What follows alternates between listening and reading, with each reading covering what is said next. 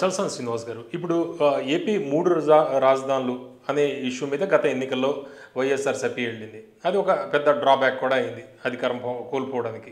అయితే ఇప్పుడు ఈ 3 రాజధానుల మీద వాళ్ళకు ఒక క్లారిటీ ఉందా? ఏ స్టాండ్ మీద ముందరకెళ్ళే అవకాశం ఉంది? ఎందుకంటే ఇప్పుడు డిఫరెంట్ ఒపీనియన్స్ కూడా వైఎస్ఆర్సీపీలో వస్తుంది. ఇప్పుడు సజ్జల రామకృష్ణారెడ్డి గారు మాట్లాడిన వ్యాఖ్యలు కొన్ని సోషల్ మీడియాలో కూడా వైరల్ అవుతున్న విషయంలో, అంటే 3 రాజధానులకు భిన్నంగా ఆయన మాట్లాడారు. ఆయన మీద జగన్మోహన్ రెడ్డి గారు సీరియస్ అయ్యారు అనేది కూడా సోషల్ మీడియాలో వస్తుంది. అంటే స్టాండ్ ఎలా ఉండే అవకాశం ఉంది వైఎస్ఆర్సీపీ?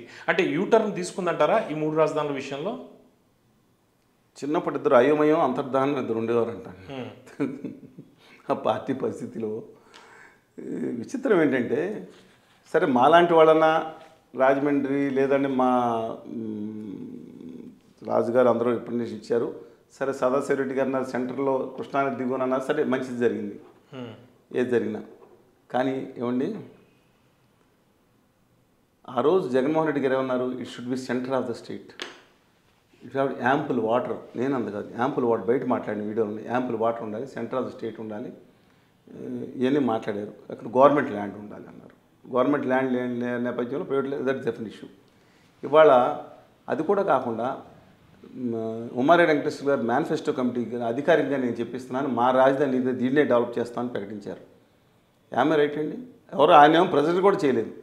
తర్వాత శ్రీమతి రోజా గారు కూడా మాట్లాడతా, మేము మీ చంద్రబాబు నీకు ఇల్లే లేదయ్యా, ఇక్కడ ఉన్న ఇల్లు ఏమో చంద్రగిరిలో ఎవరికి ఇచ్చావు, నీకు అది ఇల్లు లేదు, సెంట్ లేదు, నువ్వు మాట్లాడుతున్న నీకు ఇల్లు ఉంది హైదరాబాద్, ఇక్కడ జగన్మోహన్ రెడ్డి గారు పులివెందులో ఉంది, కడపలో ఉంది, ఇక్కడ ఇల్లు కట్టుకున్నారు, కుటుంబంతో సహా ట్రాన్స్ఫర్ ఆయన షిఫ్ట్ అయ్యి ఇక్కడే నివాసం ఉంటున్నారు రాజధానిలో, నువ్వు మాట్లాడతావు రాజధాని నీకన్నా బాగా డెవలప్ చేస్తాను జగన్మోహన్ రెడ్డి గారు కూడా అన్నారు. స్టార్ట్ ఎందుకు మార్చుకున్నారు? నిజంగా జగన్మోహన్ రెడ్డి గారు తను నవరత్నాలకి అందులో కొంచెం 1-2 ఆలస్యమైన మిగతా చేసుకుంటూ వచ్చారు కదండి. రెండింట్లో మైనస్ ఉంది, మిగతా చేసుకుంటూ వచ్చారు. దశరత్నం లేకపోతే 11వ రత్నం యాడ్ చేసి ఆయన పైన ఆయన చేసుకుంటా విభజన హామీలు ప్రత్యేక హోదా కనుక తీసుకొచ్చి కొన్ని పిల్లలకు చేస్తే 15 ఏళ్ళు అధికారులు ఉండేవాళ్ళు. జోక్ చేయట్లేదు. దాన్ని కమ్యూనిస్ట్ పార్టీలకు అభ్యంతరం అన్నీ చేసుకుంటే తెలుగుదేశంకి అధికారులు వచ్చేవాళ్ళు రావాలని ఫైట్ చేస్తారు. మిగతా వాళ్ళకి ఏంటంటే అభ్యంతరం? ఇవాళ ఆయన ఎవరి సలహాలో విని అసలు నిజంగా ఆయన పక్కన ఆ రోజు గౌతమ్ రెడ్డి గారు కూడా అన్నారు, నిజంగా ఆయన వెళ్ళి విశాఖపట్నం కూర్చుని ఆయనతో పాటు 10 మంది సిబ్బంది తీసుకెళ్ళి అక్కడి నుంచి పాలన సాగితే నేను అమరావతికి వ్యతిరేకంగా కాదు, అమరావతికి అనుకూలంగా ఉన్నాను. కానీ అసలు దిక్కుమాలను ఎవడండి ఆయన బిల్లు శాసనమండలిలో మెజార్టీ లేదు, బిల్లు ఎవరు పెట్టమన్నారు? దిక్కుమాలిన అడ్వైజులు అయిపోయింది. అసలు మాకు రాజధాని మార్చడమే తప్పండి. ఎందుకంటే వాళ్ళు మాట్లాడారు కాబట్టి అంత హామీ ఇచ్చి ప్రజలు అంత ముందుకు వచ్చి త్యాగం చేసిన తర్వాత మిగతా ఉంటే చూసుకోవచ్చు. ఏం చేయాలి ఆయన? చంద్రబాబు నాయుడు గారు ఆ సింగపూర్ లాగా స్థలం లేని దగ్గర 60 ఫ్లోర్లు కడతామైందా? హరిత రాజధాని కింద మనం అర్టికల్గా హార్జెంట్లోకి వెళ్దాం. నా కాన్సెప్ట్ వేరే ఉంది, ప్రజా రాజధాని కింద చేద్దాం. చంద్రబాబు నాయుడు గారు కూడా అదే చేయాలి. ప్రజలందరూ అన్ని వర్గాలు నివాసం ఉండే రాజధానిగా చేద్దాం, ఉపాధి కల్పన రాజధాని చేద్దాం, రిజిస్ట్ కాకుండా ఆయన మాట్లాడి చేసుకుని ఆయన తరహాలో ఆయన అభివృద్ధి చేసుకుంటే రైతులు కూడా హ్యాపీగా ఉండేవారు. బుర్రలో పురుగు ఎవరు ప్రైస్ పెట్టారు. అక్కడి నుంచి దాన్ని అడుగు వెనక్కి తీసుకోవడానికి వీలు లేకుండా వెళ్ళిపోయింది. ఎప్పటికప్పుడు 10 సార్లు అక్కడికి వెళ్తా అన్నారు. ఇవన్నీ గతం అయిపోయింది.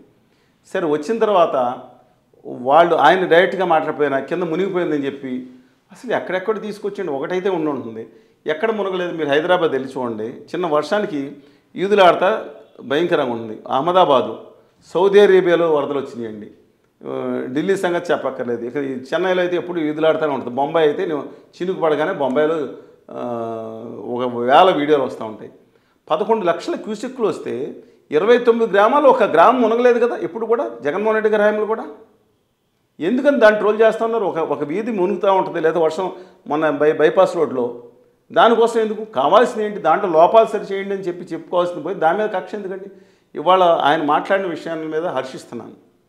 ఆయన అక్షంతలు పడ్డా ఏం పడ్డా నేను మీ జర్నలిస్టులు చూడాలి, కిటికీ తలుపు చూసి లోపల ఏం జరిగిందో.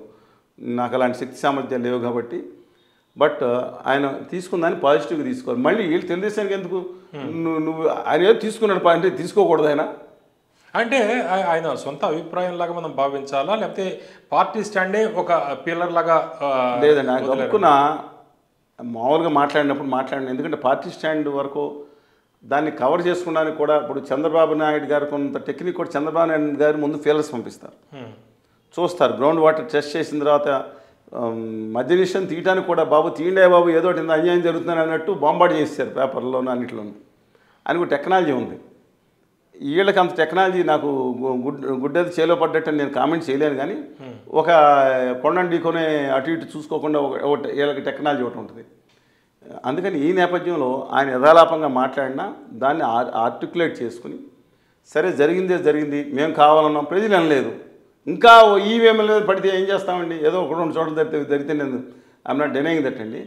అందుకని ఒక పాజిటివ్ తీసుకుని ఆయన చేయవలసిన కార్యక్రమం చెప్పుకుంటూ ముందుకెళ్తే, అంటే ఇప్పుడు రాజధాని అమరావతి అనేది కొనసాగుతుంది, అంటే గెజిట్ ఆల్రెడీ ఇప్పుడు కర్నూలు న్యాయ రాజధాని అనేది ఆయన అధికారంలో ఉండగానే ఎత్తేసారు కదా, కాదని చెప్పి న్యాయ రాజధాని ఎత్తేసారు. అంటే ఇప్పుడు శాశ్వత రాజధాని అమరావతి, ఆర్థిక రాజధాని అని చంద్రబాబు నాయుడు గారు విశాఖపట్నం చెప్తున్నారు.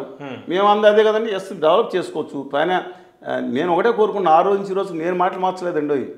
ఎవరు మార్చారు తెలుసా? ఒకసారి మీరు స్క్రీన్ వేస్తూ చంద్రబాబు గారు పక్కన ఉన్నతాసనం కూర్చున్న ఆయన, ఎవడికి రాజధాని దాని దిక్కుమాల పుస్తకం ఒక ఆయన రాస్తే దాన్ని ఆవిష్కరించింది ఎవరు? నేను వెళ్ళలేదని నన్ను ట్రోల్ చేసింది ఎవరు? నేను వెళ్ళను, అమరావతిలో జరిగిన లోపాలు సరిచేయాలి, కానీ అద్భుతమైన రాజధాని కట్టాలి, అన్ని వర్గాల నివాసం రాజధాని కట్టాలి, సమాంతరం ఇచ్చాపురం నుండి హిందూపురం వరకు అభివృద్ధి చేయాలని నా మాటలో ఏ రోజన్నా ఒక్క రోజన్నా ఈ 11 సంవత్సరాల నుంచి ఒక్కరోజు తేడాలేదని నాకు. కానీ అమరావతి దుర్మార్గం, అది ఎవరికి రాజధాని, నీకు రాజధాని, నాకు రాజధాని, నాకు కర్నూలు రాజధాని అంది ఎవరు? మిగతా పార్టీలు ఏం మాట్లాడారు? ఇవాళ అన్ని బూతులు తిట్టి అమరావతి ఉద్యమంలో కొంతమంది వెళ్ళి పక్కన కూర్చుని ఎంపీలు ఎమ్మెల్యేలు అవ్వచ్చు, I'm not denying that tactics. ఒక మాట మీద నిలబడ్డాం. అందుకని నేను ఒకటే కోరుకుంటున్నాను, నవ్వుకుంటున్నానండి బయట, ఆంధ్రప్రదేశ్ రాజధాని ఏంటని ఆఖరికి లోకు అయిపోయిందండి. మన సోదరుడు రేవంత్ రెడ్డి గారు, మన సోదరుడు కేటీఆర్ గారు, వాళ్ళకు కూడా లోకు అయిపోయిందండి. అమరావతి ఏముంటుంది అక్కడ, నాకు వాళ్ళకి మైండ్ లైబిలిటీ, నాకు అసెట్. 2 ఏళ్లలో మొత్తం కంప్లీట్ చేయడానికి వీళ్ళు ప్లాన్ అబ్సల్యూట్గా చంద్రబాబు నాయుడు గారు, అంటే మళ్ళీ మాట్లాడుకుందాం తర్వాత. చంద్రబాబు నాయుడు గారు మళ్ళీ జగన్ గారికి ఎవరైతే వచ్చిందో ఈయనకి అందరూ ఈయనకు ఎక్కడి నుంచి అడ్వైజ్ రియల్ ఎస్టేట్ పెద్దలందరూ వస్తారు. బట్ చంద్రబాబు నాయుడు గారిలో గణనీయమైన మార్పు చూశాను నేను. ఇంతకుముందు ఎఫెక్షన్స్ ఏమీ లేని, మాదాల జానకిరామ్ గారు చెప్పినట్టు ఆయన ఎఫెక్షన్స్ ఏమీ లేని ఒక కంప్యూటర్ అనే ఇద్దరు బాగా సన్నిహితులు, ఇద్దరు కూడా చేసినవి నాకు చెప్పేవారు. కానీ ఈ మధ్యకాలం చంద్రబాబు నాయుడు గారు కొంత అటాచ్మెంటు, మరి కుటుంబం నాకు తెలియదు, కానీ కొంత చేంజ్ మౌలికమైన సైకలాజికల్గా మీరు డిస్కస్ చేయాలి. ఏజ్ వల్ల ఇదంతా నాట్ ఓన్లీ ఏజ్ అండి, బట్ ఆయనకి మనుషులు కావాలనుకుంటాం. ఇప్పుడు ఒక టీవీ ఆయనకి ఖచ్చితంగా ఒక హామీ ఇచ్చినప్పుడు నిలబెట్టుకోకూడదని కింద నుంచి ఒత్తిడి వచ్చినా సరే ఒక మాట ఇచ్చిన తర్వాత నిలబెట్టాలి అనే ఒక పాజిటివ్ వైబ్రేషన్. చంద్రబాబు నాయుడు గారికి మాట ఇచ్చింది నిలబెట్టే అంత తక్కువనే పేరు ఉండేది.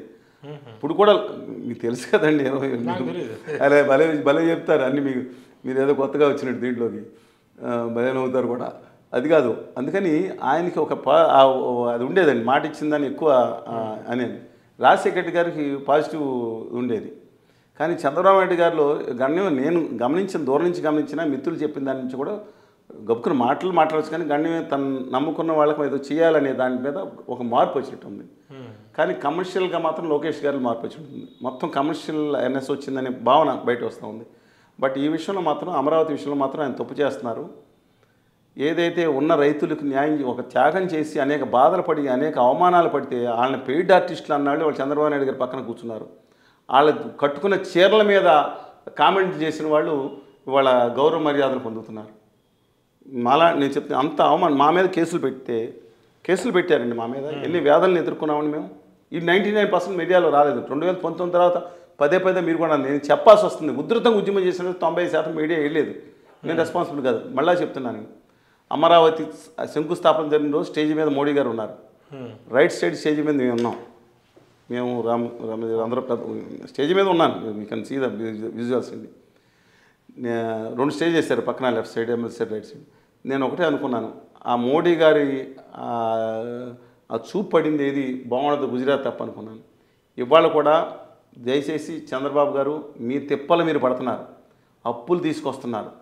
అది కూడా కాకుండా మోడీ గారు 15,000 కోట్ల చొప్పున 4 అని గౌరవనీయురాలు పురంధేశ్వరి గారు, గౌరవనీయులు ఎవరైనా సీఎం రమేష్ గారు కుండబద్దలు కొట్టారు. ఇంతవరకు 4 ఏళ్లకే కనీసం 5 ఏళ్ల తర్వాత 60,000 కోట్లు అంటే మాట్లాడలేదు. ఇవాళ ఆ రాజధాని అవ్వాలంటే ముందర రైతులకు ఉన్నాళ్ళకి న్యాయం చేయాలి. మీరు కాంట్రాక్ట్ ఇస్తున్నారు పర్వాలేదు, అదనంగా మళ్ళీ 40,000 ఎకరాలు అన్నారు. 40,000 ఎకరాలంటే ఎంత? మీరు మళ్ళీ చెప్తాను కదా, సెకండ్ ఫేజ్ 40,000 అంటే 70,000 ఎకరాలు. మళ్ళీ చెప్తాను, మనం 34,000 అన్నారు చంద్రబాబు నాయుడు గారు. కరెక్ట్ కాదు మీరు మాట్లాడింది. 52,800 ఎకరాలు subject to correction including all these things. అందువలన దాని మున్సిపాలిటీ అవుతాను. మళ్ళీ 44,000 ఎవరు అదాని గారికి ఇంకోళ్ళకో దీనికో చేయటం కాదండి. అవసరమైతే తీసుకుని మిగతా అన్ని వర్గాల ప్రజల కోసం ఆ వడ్లమాన అంతవరకు ఇన్నర్ రింగ్ రోడ్డు పరిసర ప్రాంతాల వరకు తీసుకుంటాం.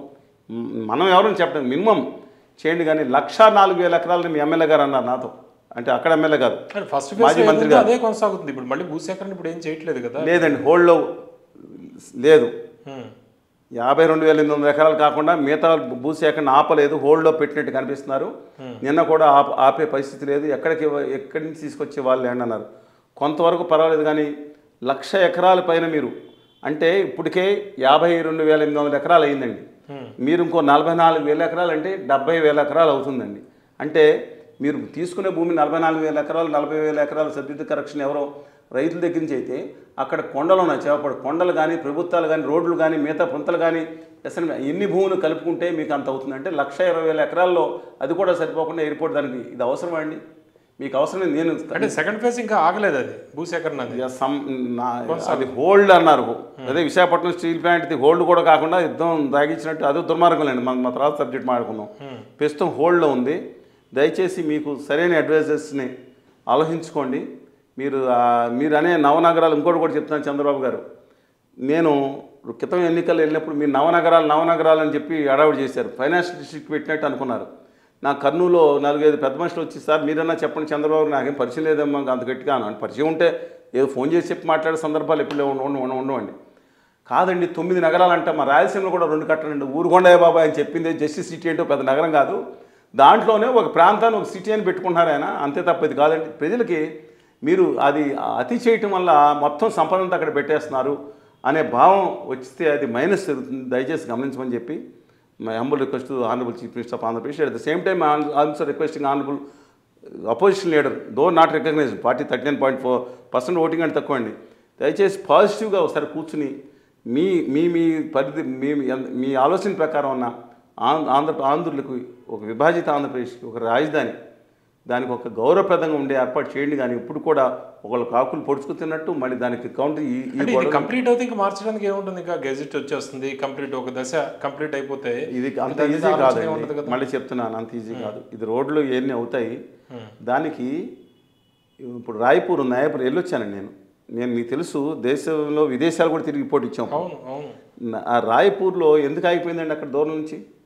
ఇక్కడ అంటే మనుషుల యాక్టివిటీ ఉండాలి. ఇవాళ కాలేజెస్ వచ్చినాయి. నేను బ్రాండిక్స్ ఫ్యాక్టరీ ఒకటి పెద్ద చిన్న కాదండి, మధ్యతరగతితో ఉంటారు. 30,000 వచ్చేవాళ్ళు 40,000 ఉంటే ఉండకూడదా? వాళ్ళకు ఒక 5,000 మంది ఉపాధి ఉండే ఒక చిన్నది పెట్టించండి. అక్కడ కూడా ప్రభుత్వ కార్యాలయాలు, సెంట్రల్ గవర్నమెంట్ ఆఫీసులు రావాలి, అక్కడ రావాలి కదా, రిజర్వ్ బ్యాంక్ అన్ని రావాలి కదా. ఎందుకు కట్టలేకపోతున్నారు? కేంద్ర ప్రభుత్వ సహకారం ఉండలేదు మీకు. వాళ్ళు కావాలంటే వాళ్ళకి అద్భుతం టెక్నాలజీ 6 నెలల్లో 7 నెలల్లో ఇది కట్టిన మీరు కట్టలేరండి. అంటే ఇప్పుడు ఈ 2-3 ఏళ్లలో కంప్లీట్ అయ్యే అవకాశం ఉందా? ఒక దశ మొదటి స్టేజ్ ఖచ్చితంగా దాంట్లో ఏదైతే ఇచ్చారో ఇక్కడి నుంచి 3 ఏళ్ళన్నారు ఆయన పాలనలో, ఈ 3 సంవత్సరాల్లో డెఫినెట్గా ఒక దాన్ని 2-3 స్టేజ్ల కింద వేసుకుంటే ఫస్ట్ స్టేజ్ మాత్రం అంటే పాత వాళ్ళకి ఫ్లాట్లు రూపురేఖలు కనిపిస్తాయి మనకి. పాత ఫ్లాట్లకి ఇవ్వటం, ఇంకా ఎన్ని కేసులు వేస్తారు వీళ్ళు, మిగతా కేసులు వాళ్ళకి ఇవ్వటం, రోడ్లు కనీసం అంటే మొత్తం అంతా పైప్ లైన్స్ కంప్లీట్ కాకుండా ఒక షేప్ తీసుకురావటం, ఇవన్నీ కూడా కాదండి. దాంతో ఒక ఉపాధి కల్పన సౌకర్యం కూడా కల్పించే కార్యక్రమం మీద ఆయన దృష్టి పెడితే దాంట్లో యాక్టివిటీ వస్తుంది. యాక్టివిటీ వస్తే వాళ్ళు ఇంకోటి చెప్తాను, 2000లో జూబ్లీస్లో అని హైదరాబాద్లో ప్రాంతం ఉంది. మీరు 2000లో జూబ్లీస్లో ఒక 1,290 ఎకరాలు మూల 1,500 గజం దొరికేది. నేను నమ్మలేను, నిజం అది. కోకట్పల్లి వివేకానంద నగర్ కాలనీ దాని చుట్టుపక్కల 200 గజాలు 400 గజాలు ఉండేది, 2,000 రూపాయలు ఉంది. తర్వాత 7,000 6,000 కూడా అయింది. అంటే సంపన్నులు ఉన్న దగ్గర భారీగా ఉన్న దగ్గర 2,000 గజాలు దానికంటే కూడా మధ్యతరగతి ప్రజలు తన నివాసం కలుపుకోవడానికి తన ఏదైనా అమ్మి కూడా అంటే వాళ్ళని కూడా కలుపుకోగలిగితేనే, మధ్యతరగతి ప్రజలందరినీ ఇంక్లూజివ్ చేసుకుంటేనే అది సంపద సృష్టించినట్టండి. పెద్దవాళ్ళకు చెప్తే సంపద సృష్టించినట్టు కాదు. Is well aware of that. But I don't know why is straight tracking. Maybe because of ఆ రోజు 95లో ఉన్న రణదీప్ సుధాన్ గారు కానీ, జయ చౌదరి గారు కానీ, అంటే సాంకేతిక రంగంలో మంచి అద్భుతమైన అధికారులు ఉండేవారు. ఆయనకి సపోర్టింగ్ టీం ఉండేది. 2014-19లో సపోర్టింగ్ టీం లేదు. ఇవాళ కూడా అలాంటి సపోర్టింగ్ టీంని ఆయన పెట్టుకోగలిగితే, హానెస్ట్ ఆఫీసర్స్ని, హానెస్ట్ పొలిటీషియన్స్ని రాజకీయాలు చేయడానికి కాకుండా మిగతా పెట్టుకోగలిగితే కొంచెం రైట్ ట్రాక్లో వెళ్ళే అవకాశం ఉంది. కానీ ఆయన మాత్రం తిప్పలు పడుతున్నారండి. I'm appreciating. నేను ఈ దేశ రాజకీయాల్లో ఇంతగా 18 గంటలు పోనీ మేము నవ్వుతా తనకు రియల్గా ఇంతకుముందు లాస్ట్ టైం చూసినప్పుడు చైనా నుంచి వెళ్ళి రావటం, మళ్ళీ యాక్షన్లోకి వెళ్ళిపోవటం, అసలు అంత energies at the 75 years absolutely understanding అండి నిజంగా చెప్తున్నాను. కానీ ఆయన డైరెక్షన్ మాత్రం మన తిట్టి వాళ్ళు తిడతారు కానీ నేను చెప్తున్న డైరెక్షన్ సరి లేదు, అది మార్చుకోవాలి, రైట్ డైరెక్షన్లో ఉండాలని నాకు చెప్తాను.